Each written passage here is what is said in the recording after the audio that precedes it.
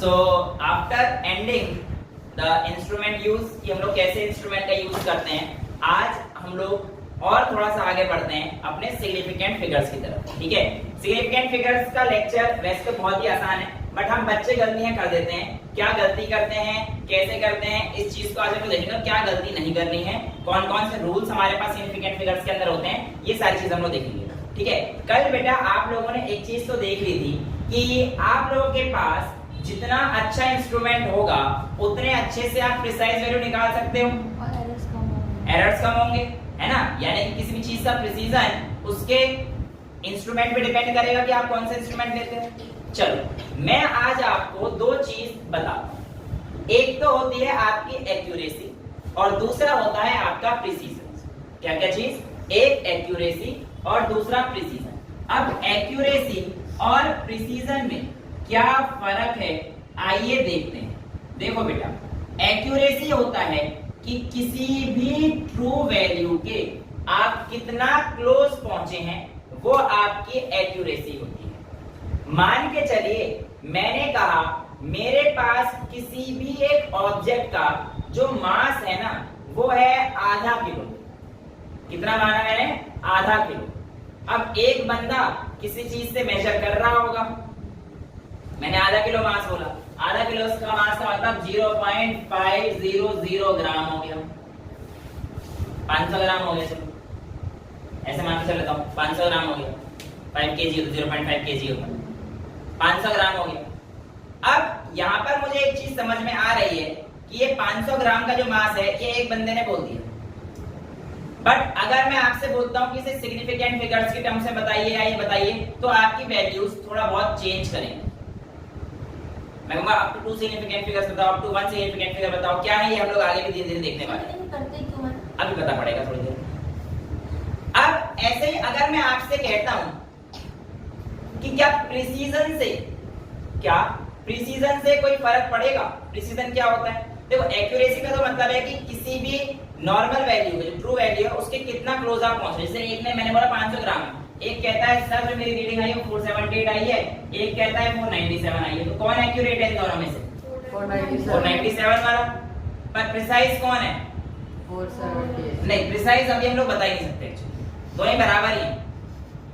Precision actually कैसे देखेंगे वो अभी समझ में आएगा। मान के चलो मैंने आपसे बोला कि आपके पास किसी एक वायर की लेंथ 0.531 मीटर, 0.531 मीटर। एक बंदे ने मेरे को अपनी दो रीडिंग निकाल के, पॉइंट के बाद दो रीडिंग निकाल के दिखाई और कहा कि सर जो मेरी लेंथ आई है वो 0.53 मीटर आई है और बिल्कुल परफेक्ट है। मैंने कहा क्या, जो मेरी रीडिंग आई है वो 531 मीटर में आई है पॉइंट, तेरे से 0.53 आ रही है, 10 गुना लगभग कम है, और तू कह रहा है तेरी रीडिंग ठीक है। यानी कि पॉइंट के बाद एक डिजिट हटाने से दिक्कत इतनी ज्यादा बढ़ रही है। तो कहीं ना कहीं इस डिजिट का खेल तो है। ये तो अप्रॉक्स भी नहीं है, डॉट के बाद बस याद देखो ना, फिजिक्स में एक तो चीज चलेगी, तभी तो मैंने मैथ नहीं ली थी 10th 11th में। 11th ली तो 12th में कहां से मिलेगी। तो बेटा 0.531 मीटर ये तो इसके अप्रॉक्स भी नहीं है ना। अच्छा मेरे पास एक बंदा आया, उसने कहा कि सर मेरी वैल्यू आई है 0.53 में ये थोड़ा बोल सकते हो 100 की बेस पर 10 की बेस पर। ऐसा नहीं है हम यहाँ पे। अब तो कहानी ये है कि 0.531 के आसपास जो वैल्यू आएगी वो अप्रॉक्स वैल्यू आप मानोगे। ये तो 0.531 से बहुत दूर है, तो it is not the approx value. Maths गई अब कि 0.53 है तो 0.53 लिखेंगे, अभी आएगी तुम्हारी मैथ्स में जाए नहीं दूंगा, सिग्निफिकेंट फिगर जब करेंगे तब आएगी, बट अभी समझ लेते हैं। अच्छा ये 0.521 है, ये वैल्यू इसके आसपास है, ठीक है। और एक और वैल्यू है जिसे नापी है, उसे नापी 0.532, राइट। तो मैं कहूंगा कि इनमें से सबसे एक्यूरेट वैल्यू इसकी है। भाई मेरे पास ओरिजिनल तो ये वैल्यू थी, एक ने तो यहाँ ए दो रिजल्ट निकाली तो पागल ही था। ये ठीक था बट बहुत ज्यादा क्लोज नहीं आ पाया, तो एक्यूरेसी इसकी ज्यादा है, एक्यूरेसी इसकी ज्यादा है। अब मैं कहूंगा इन दोनों में प्रिसीजन किसका ज्यादा है। तो प्रिसीजन क्या होता है बेटा, देखो बेटा, प्रिसीजन होता है कि वैल्यू हैज बीन ऑब्जर्व्ड, कितनी बारीकी से चीज को देखा गया। इन दोनों का प्रिसीजन लगभग बराबर है। क्यों? यहाँ में पॉइंट के बाद उसने 2 डिजिट तक नापा, इसने पॉइंट के बाद 3 डिजिट तक नापा, इसने भी पॉइंट के बाद 3 डिजिट तक नापा, तो प्रिसीजन तो दोनों में बराबर है, लेकिन एक्यूरेसी इसकी ज्यादा अच्छी है। तो इसका मतलब अगर मैं अपने कल इंस्ट्रूमेंट्स की बात करता हूं, नॉर्मल स्केल, वर्नियर स्केल और स्पेरोमीटर, इन तीनों में से सबसे प्रिसाइज वैल्यू किसकी आएगी बेटा? स्पेरोमीटर की, क्योंकि उसका जो प्रिसीजन था 0.001। हाँ, 3-4 यूनिट आगे। एग्जैक्टली, समझ पा रहे हो बातों को? जो हमारे पास नॉर्मल मीटर स्केल था उसका था 1 मीटर, 1 mm, सॉरी 1 mm। जो हमारे पास वर्नियर स्केल आया था उसका आया था 0.1 mm, स्पेरोमीटर का 0.01 mm, in terms of centimetre 0.1 centimetre, 0.01 centimetre, 0.001 centimetre, जो मैंने आपको ही बताया। इसका मतलब इन तीनों से प्रिसाइज कौन है? स्पेरोमीटर या स्क्रू गॉज, दोनों की सेम आएगी। तो एक्यूरेसी और प्रिसीजन में अंतर समझ में आया? Accuracy is how close you are to the true value, precision is how closely you have measured that object. This is the major difference between an accuracy and a precision. कितनी बारीकी से आपने इसको मेजर किया है उसका precision है, और कितना क्लोज आप ट्रू वैल्यू के गए हो वो आपकी एक्यूरेसी है। यहाँ पे आपको फर्क पता पड़ गया होगा, ठीक है। नेक्स्ट चीज हम लोग अब बात करते हैं बेटा अपने सिग्निफिकेंट फिगर्स। एक्चुअल में क्या होता है, सिग्निफिकेंट फिगर्स हैं क्या? हमारे पास जब भी कोई नंबर लिखा जाता है बेटा, तो कुछ वैल्यूज होती है जो बहुत ज्यादा सर्टेन होती है, जो हमें पता है कि यार ये वैल्यूज ना बिल्कुल सही है। और जनरली जो सबसे लास्ट की डिजिट होती है ना, वो सबसे अनसर्टेन डिजिट मानी जाती है। जैसे कि मैं लिख रहा हूं 531, इसमें अगर हम लोग बात कर रहे हैं तो 531 में जो हमारे पास लास्ट का नंबर है 1, वो हमारे पास क्या है? मोस्ट अनसर्टेन नंबर है। तो the last one is the most uncertain digit. Significant figure किसमें कितने हैं, इसके कुछ रूल्स हैं। बहुत ज्यादा रूल्स पढ़ने की जरूरत नहीं है, जैसे जैसे बताता जाऊंगा वो चीज फॉलो करते जाना, आपके सारे रूल्स भी क्लियर हो जाएंगे। बिल्कुल थ्योरेटिकल कॉपी तो बनानी नहीं है ना, फिजिक्स को वैसे भी थ्योरी से हमें नहीं पढ़ना है। सिग्निफिकेंट फिगर है बेटा, सबसे पहली चीज याद रखिए, non zero digit are significant. क्या बोला मैंने? Non zero digit are significant. For example मैं आपसे कह रहा हूं 1 2 3 4 5, इसमें कितने सिग्निफिकेंट फिगर्स हैं? तो आप लेंगे 5, पूरी की पूरी 5 सिग्निफिकेंट फिगर है, और लास्ट वाली सबसे अनसर्टेन है, राइट। अब मैं आपसे कहता हूं 1 2 3 4 5 0, इसमें कितने सिग्निफिकेंट फिगर्स हैं बेटा? इसमें भी 5, इसमें भी 5 है। मैंने बोला non zero digit are significant, तो ये वाली जीरो सिग्निफिकेंट नहीं है। पहला केस। दूसरा केस करें, अब बताइए इसमें 0 1 2 3, इसमें कितने सिग्निफिकेंट फिगर्स हैं? 3। बिल्कुल, तो ये वाली जीरो भी हमारे पास सिग्निफिकेंट नहीं है। अच्छा 1 2 0 3, इसमें कितने सिग्निफिकेंट फिगर हैं? 4। क्यों इसमें जीरो नहीं दिख रहा तुम्हें? दो नंबर के बीच में। एग्जैक्टली, यानी कि the zeros between the non-zero are significant, but if the zero is at the end or at the very start, it is not considered to be the significant one. समझ में आया?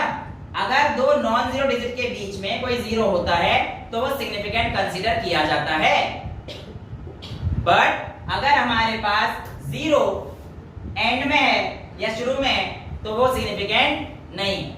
यहां तक clear है? कोई doubt? आगे चलते हैं।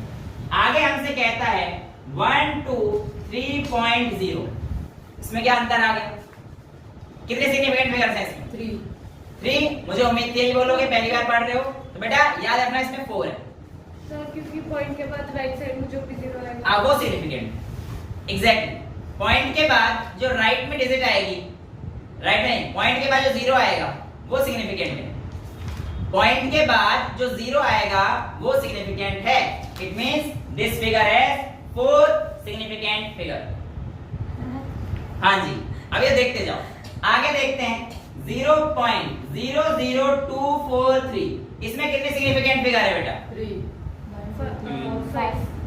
फाइव फाइव वाले गलत है बेटा। याद रखना जो हमारे पास पॉइंट के बाद नॉन जीरो से पहले वाले जीरो हैं, यानी कि नॉन जीरो से ये हमारी पहली, इससे पहले वाले जो जीरो है ये सिग्निफिकेंट नहीं है। तो इसमें कितने हैं हमारे पास? सिर्फ 3 है।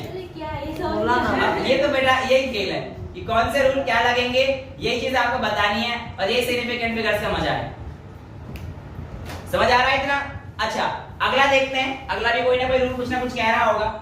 अगला मैं आपसे कहता हूं कि अगर 0.02430 इसमें कितने सिग्निफिकेंट फिगर्स हैं? 4, क्योंकि ये वाला नहीं है सिग्निफिकेंट और पॉइंट के बाद ये वाला हमारे पास सिग्निफिकेंट होगा। हाँ इस टाइम नहीं होगा, इस टाइम होगा। डेसिमल नहीं था ना उसमें, इसमें डेसिमल नहीं था। ठीक है नेक्स्ट आगे चलते हैं। मैं आपसे कहता हूं 2.0 इसमें कितने सिग्निफिकेंट फिगर्स हैं? 2। बेटा पॉइंट के बाद लगा है 2।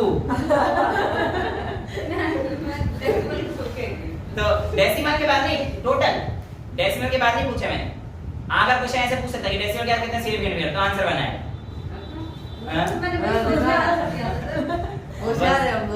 बहुत ज्यादा। तो बेटा आंसर तो मैंने क्वेश्चन में पूछा ना कितने सिग्निफिकेंट फिगर्स हैं, तो यहाँ पर 2 हैं। अच्छा मैं कहता हूँ 2 इसमें कितने सिग्निफिकेंट फिगर्स हैं? इन्फिनिटी। बता रहा हूँ बेटा 2 अगर आपको लिखा है 2 तो आप याद रखिएगा कि 2 का मतलब ये तो हो ही सकता है ना। तो हमारे पास कोई एक प्योर नंबर होगा, उसमें हमारे पास कितने फिगर्स होंगे? Infinite number of significant figures. But अगर मैं कहता हूं 2 मीटर, ये फिक्स है, ये फिक्स है, इसमें एक ही है। ठीक है सिर्फ मैं एक न्यूमेरिकल वैल्यू 2 दे रहा हूं, तो न्यूमेरिकल वैल्यू 2 में इनफाइनाइट होंगे, ये चीज भी ध्यान रखना। ठीक है अच्छा अगर मैं आपसे कहता हूं कि मैं यूनिट कन्वर्जन कर देता हूं तो क्या मेरी सिग्निफिकेंट फिगर्स चेंज होंगी? यस होने चाहिए। एग्जांपल के तौर पर अगर मैं कहता हूं 2 metre is equal to 200 centimetre, चलेगा? कितनी चेंज हो गई सिग्निफिकेंट फिगर? 3। कहां से 3 हो गई? बेटा एक ही है। बेटा अभी तो बताया ये 0 सिग्निफिकेंट में नहीं आते, तो इसमें हमारे पास यूनिट का चेंज करने पर सिग्निफिकेंट फिगर में कोई बदलाव नहीं आता है। तो चाहे 2 मीटर हो या 2 सेंटीमीटर हो, इसमें हमारे पास सिग्निफिकेंट फिगर क्या है? हमारे पास बिल्कुल सेम है। तो अगर आपसे कोई क्वेश्चन पूछे कि भाई हमारे पास 3 किलोमीटर में कौन सी वैल्यू सही है, तो आपके पास कौन सा आंसर आएगा? Third option. अरे फर्स्ट ऑप्शन ये है मुन्नो, तो वो क्या लिखा है? इसे गोली मारो। चीटिंग है तो। अब ठीक है। Okay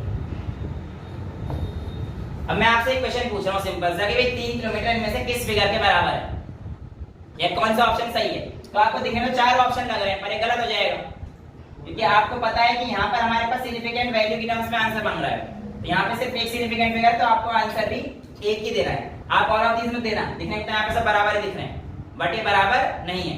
in terms of significant figure आपसे आंसर वो पूछना चाह रहा है। ठीक है इतना क्लियर है? अब हम लोग आगे अपने नेक्स्ट टॉपिक पे चलते हैं, rounding off the significant figures, यानी कि इनको राउंड ऑफ कैसे करते हैं। राउंड ऑफ करते समय आपको जरा थोड़ा सा ध्यान देना पड़ता है। जैसे कि मैं आपसे क्वेश्चन कहता हूं कि भैया मेरे को जो आपको आंसर देना है वो अप टू 3 सिग्निफिकेंट फिगर या 2 सिग्निफिकेंट फिगर्स तक देना है, तो आप कैसे करेंगे इन चीजों को ध्यान रखिए। ठीक है सबसे पहले मैं आपसे कहता हूं कि बेटा इसे राउंड ऑफ करिए 3.23 को अप टू 2 सिग्निफिकेंट फिगर। 3.2 तो आप लोगों ने थर्ड क्लास में कर रखा है, राउंड ऑफ करना है तो बहुत सिंपल है, ये सर हमारे पास जाएगा 3.2।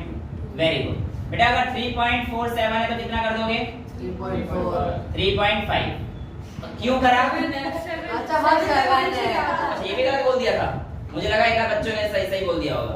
चलो ठीक है। अच्छा तो बेटा 3.2 भाई सुनो, अब सुनो, यहाँ पे मैंने बोला था 2 सिग्निफिकेंट फिगर तक आंसर चाहिए, राइट? तो 2 सिग्निफिकेंट फिगर तक जब हमारे पास आंसर चाहिए होता है, तब हम लोगों ने देखा कि अगर हमारे पास सबसे लास्ट वाली डिजिट 5 से छोटी है तो हम लोग इसको चेंज नहीं करते, बट अगर 5 से बड़ी है तो हम लोग इसे चेंज कर देते हैं या 1 बढ़ा देते हैं।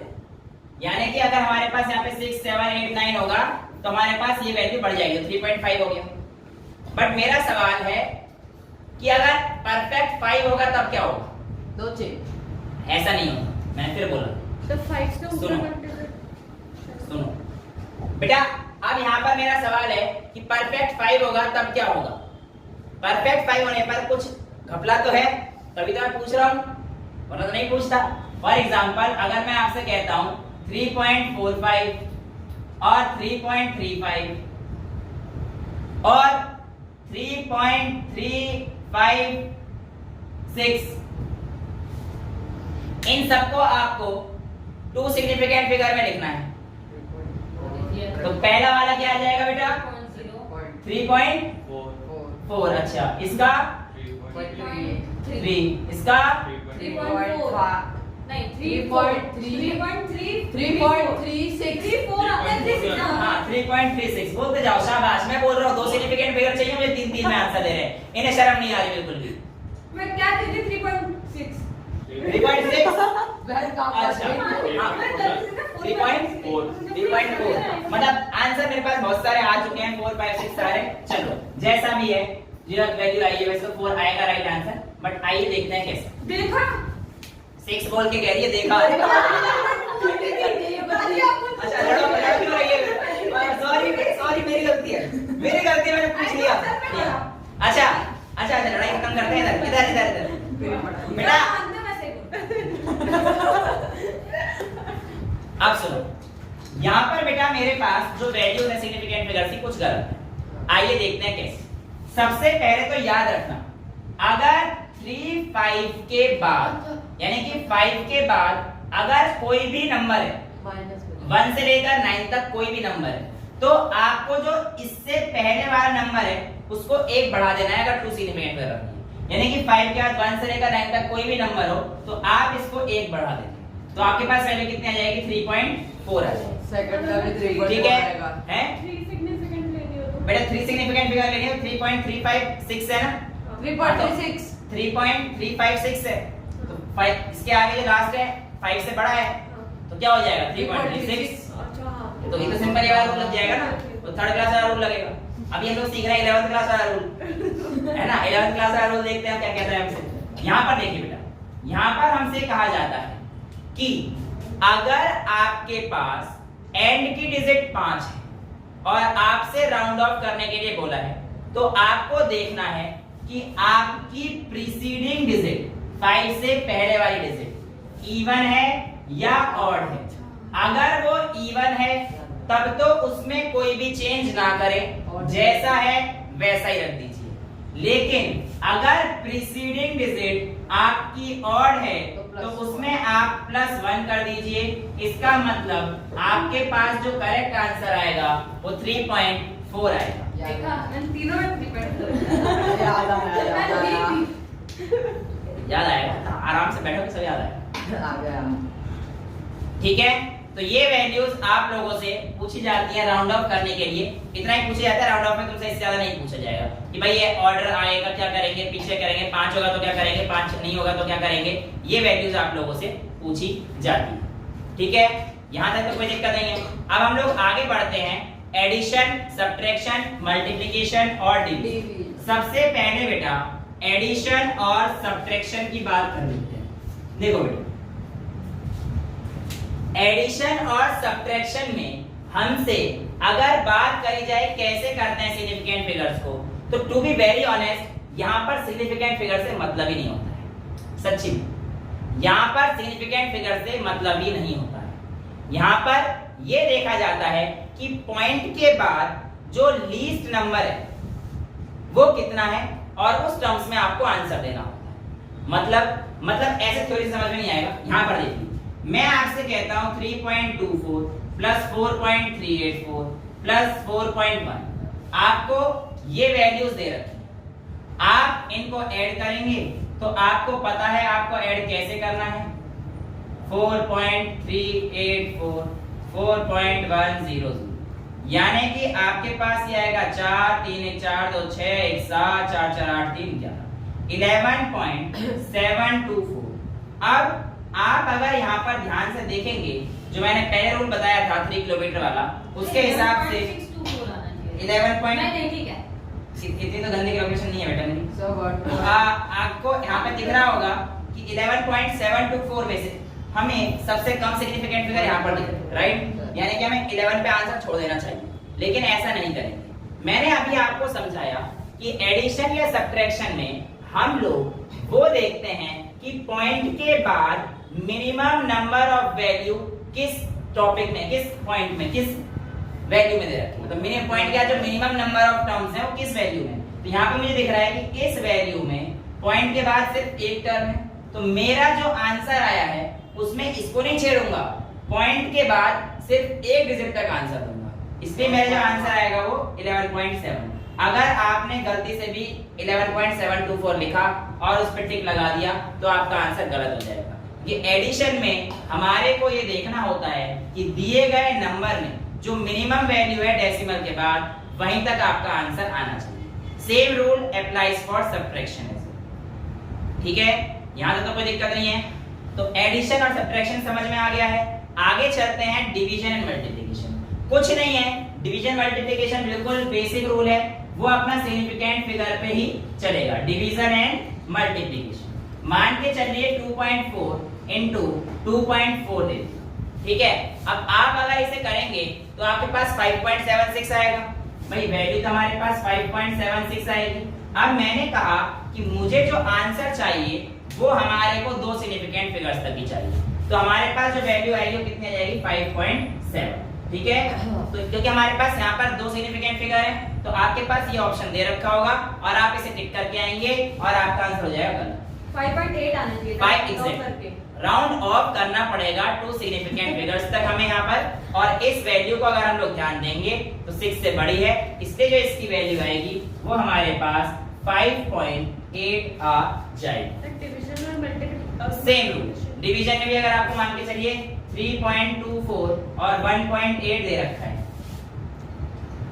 राइट? तो जो तुम्हारे पास जो वैल्यू करके आएगा, 3 दे रखा है या फिर 7 दे रखा है, इसमें 7.23 दे रखा है, 234 दे दिया, तो जो आपके पास आंसर आएगा वो कितना ही आ जाए पॉइंट के बाद, मुझे उससे मतलब नहीं। आपके पास जो number of significant figure answer होने चाहिए वो कितने होने चाहिए? 3 सिग्निफिकेंट फिगर, क्योंकि यहाँ पे minimum value of significant figure कितनी है? 3, इसमें कितनी है? 4। तो हमें इससे कोई मतलब नहीं था मैक्सिमम से, हमें किससे मतलब होता है? Minimum number of significant figure से हमारे को मतलब होता है। तो इस तरीके से आपका सिग्निफिकेंट फिगर बहुत ही आसानी से खत्म हो जाता है। डिवीजन में होगा दोनों मल्टीप्लिकेशन डिवीजन। सर 4.1 सर 2 हुआ 4.1 2 सीट तो बेटा एडिशन सब्ट्रैक्शन में सिग्निफिकेंट फिगर नहीं देखते, उसमें क्या देखते हैं कि पॉइंट के बाद जो सबसे मिनिमम डिजिट है वो कितनी है और उस टर्म्स में आपको आंसर देना है। यहाँ पे 3 आपको सिग्निफिकेंट फिगर देखा है, लेकिन सिग्निफिकेंट फिगर हमें नहीं देखी। एडिशन सब्ट्रैक्शन में सिग्निफिकेंट फिगर का रोल नहीं है, वहां पे ये है कि पॉइंट के बाद हमारे पास डिजिट कितनी है और क्या। क्लियर है? सो अब अपना अगला जो टॉपिक है वो है एरर्स, गलतियां, है ना, जिसकी वजह से पता नहीं क्या क्या हो गया है ना? नहीं मैं गलती नहीं भाई, मैं प्लान चलो अब यहाँ पर हम लोग देखते हैं कि एरर फिजिक्स में क्या होता है ना? बायोलॉजी में एरर की बात नहीं कर रहे हैं हम लोग, फिजिक्स के एरर की बात कर लेते हैं। एरर अगर मैं बात करता हूँ बेटा तो देयर आर मेजरली 2 टाइप्स, एक कांस्टेंट एरर, एक सिस्टम एरर। कांस्टेंट एरर वो जो बार-बार आते ही रह रहे हैं, वही एरर आ रहा है, तो ये ठीक है, कुछ नहीं कहा जा सकता इसका, इंस्ट्रूमेंट बदल दो, ये ज्यादा कर सकते हो। सिस्टम एरर कई टाइप्स के होते हैं, है ना?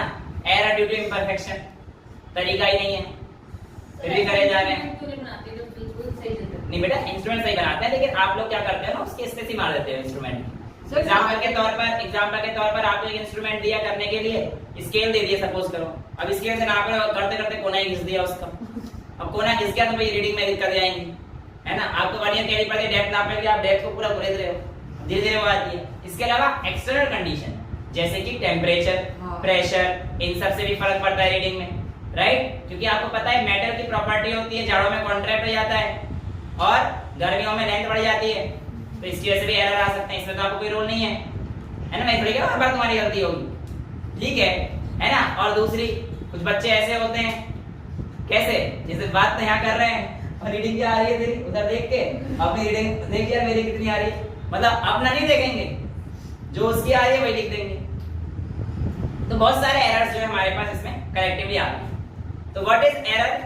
Error is something that you can say कि जो आपकी ट्रू वैल्यू है और आपकी मेजर्ड वैल्यू, इसका डिफरेंस आप लोग कह सकते हो कि हमारे पास क्या आता है बेटा? एरर लेके आता है।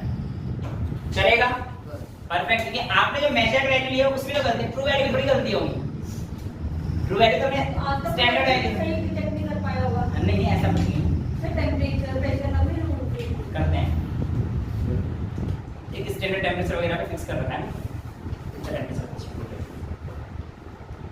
अब आगे बढ़ते हैं बेटा हम लोग यहाँ पर कि हमारे पास टाइप्स ऑफ एरर कितने हैं। सबसे पहले हम लोग बात करेंगे रिलेटिव एरर। किसकी बात करेंगे? Relative error. बेटा रिलेटिव एरर की अगर मैं बात करता हूं तो आप मान के चलिए कैसे निकालते हैं, क्या होता है और क्या तरीका है जिससे हम लोग इसको कम कर सकते हैं। देखो आप लोगों ने 10th में एक चीज पढ़ी थी, मेंडल साहब के बारे में पढ़ा था, है ना? मेंडल तो याद है? हाँ बिल्कुल, इनहेरिटेंस। मेंडल की क्रेडिबिलिटी इसलिए बहुत ज्यादा थी क्योंकि उसने बहुत ज्यादा बार एक्सपेरिमेंट किया। यानी कि जितनी ज्यादा बार एक्सपेरिमेंट करोगे उतने आपके एरर के चांसेस कम हो जाएंगे। यानी कि जितनी ज्यादा रीडिंग लोगे उतना ही आपके एरर के चांसेस कम होते चले जाएंगे। मैंने मान के चला कि आप लोगों के पास एक वैल्यू दी, सपोज कीजिए मेरे को बोला गया आपको सर इस मार्कर की लेंथ नापनी, तो मैंने एक बार मार्कर की लेंथ नापी, फिर दूसरी बार नापी, फिर तीसरी बार नापी, ऐसे करते करते कई बार नापी।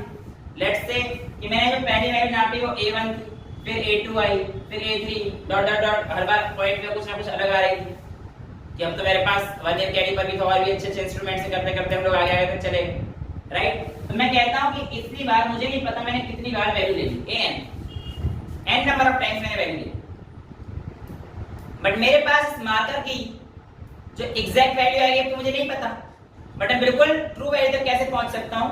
अगर मैं इन सबका मीन निकाल दूं, एक क्लोज वैल्यू के पास पहुंच जाऊंगा। कल आप लोगों ने यही तो करा था बेटा, हम लोग 3 वैल्यू लेके डिवाइड बाय 3 कर रहे थे। यानी कि अगर मैं यहाँ पे n वैल्यूज ले लेता हूं तो मेरे पास जो नेट वैल्यू आएगी वो कितनी आएगी? A1 plus A2 plus A3 dot dot dot an से लेकर डिवाइड बाय n कर देंगे। क्लियर है? तो मेरे पास ये क्या आ जाएगा? A mean. क्या आ जाएगा? A mean.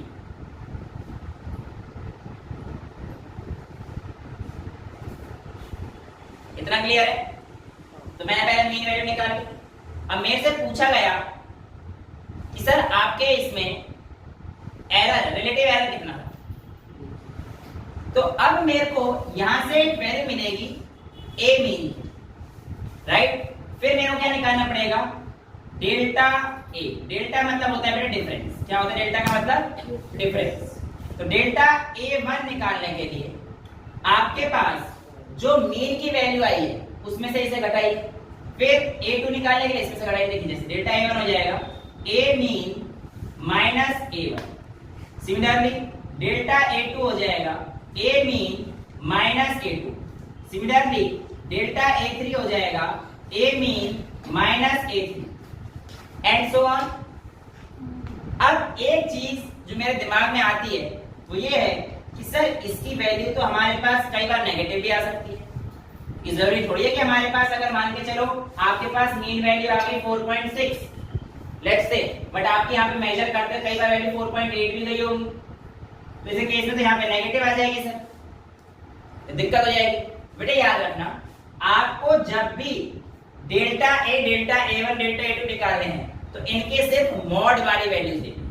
क्या लेनी है? मॉड। यानी कि सिर्फ इनकी न्यूमेरिक वैल्यू लेनी है, इनका साइन कंसीडर आपको नहीं करना है। यानी कि जो भी वैल्यू आएगी आप उसको प्लस में रखेंगे। जैसे इसका आएगा 4.6 माइनस 4.8 आएगा ना, इसका माइनस 0.2 आएगा, बट हमें माइनस नहीं लेना। हम लोग क्या लिखेंगे इसे? ऐसे माइनस ऑफ 0.2। मॉड के अंदर कोई भी चीज डालते हैं वो चीज पॉजिटिव होकर बाहर आ जाती है, ठीक है? तो हमारे पास वैल्यू कितनी है? 0.2। तो हमारे पास इनकी सबकी वैल्यूज आ जाएंगी। सिमिलरली डेल्टा an हमारे पास कितना आ जाएगा बेटा? an माइनस an जो भी होगा। अब तुम्हारे पास delta A1, delta A2, delta A3, delta an आ चुका है। इतना तो क्लियर है? यहां तक कोई दिक्कत? ये आपके पास मीन वैल्यू आ चुकी है, मीन एरर आपने निकाल दिया है, ठीक है। ये आपके पास रिलेटिव एरर है, डेल्टा वाले सारे ये वाले, हाँ ये वाले जो आ रही है डेल्टा A1 A2 A3। अब मैंने कहा रिलेटिव मीन एरर, वो कैसे निकालूंगा कि जो मेरे पास डेल्टा A1 आया है प्लस डेल्टा A2, इन सब का मॉड ही लेना पड़ेगा बेटा मेरे को, आपको पता है ये बात। अब plus delta A3 dot dot delta AN upon n आ जाएगा।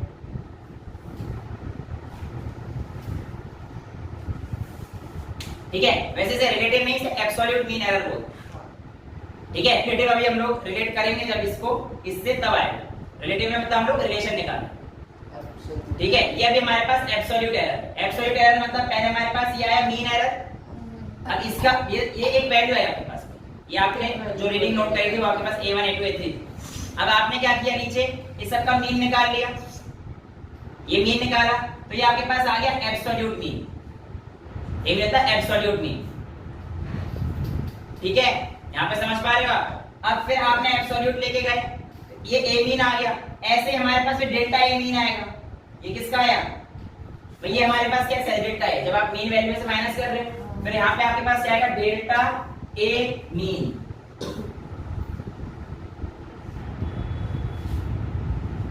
ठीक है। तो डेल्टा A मीन हमारे पास ये वैल्यू आ जाएगी, delta A1 delta A2 upon n, clear है। अब इसके बाद हमारे पास क्या निकालना होता है हम लोगों को, रिलेटिव एरर। रिलेटिव एरर क्या होता है, delta A mean upon A mean, यानी कि आपके पास ये वाली जो वैल्यू आई है डेल्टा A मीन अपॉन में A मीन, ये हमारे पास क्या होती है, रिलेटिव एरर। और अगर आपसे बोले इसी को इन परसेंटेज एरर निकाल दीजिए तो आप क्या कर देंगे, इसमें इनटू 100 कर दीजिए, तो आपके पास क्या आएगा, delta A mean upon A normal वाला मीन इनटू 100 कर दीजिए, तो ये आपके पास क्या आ जाएगा, परसेंटेज एरर आ जाएगा।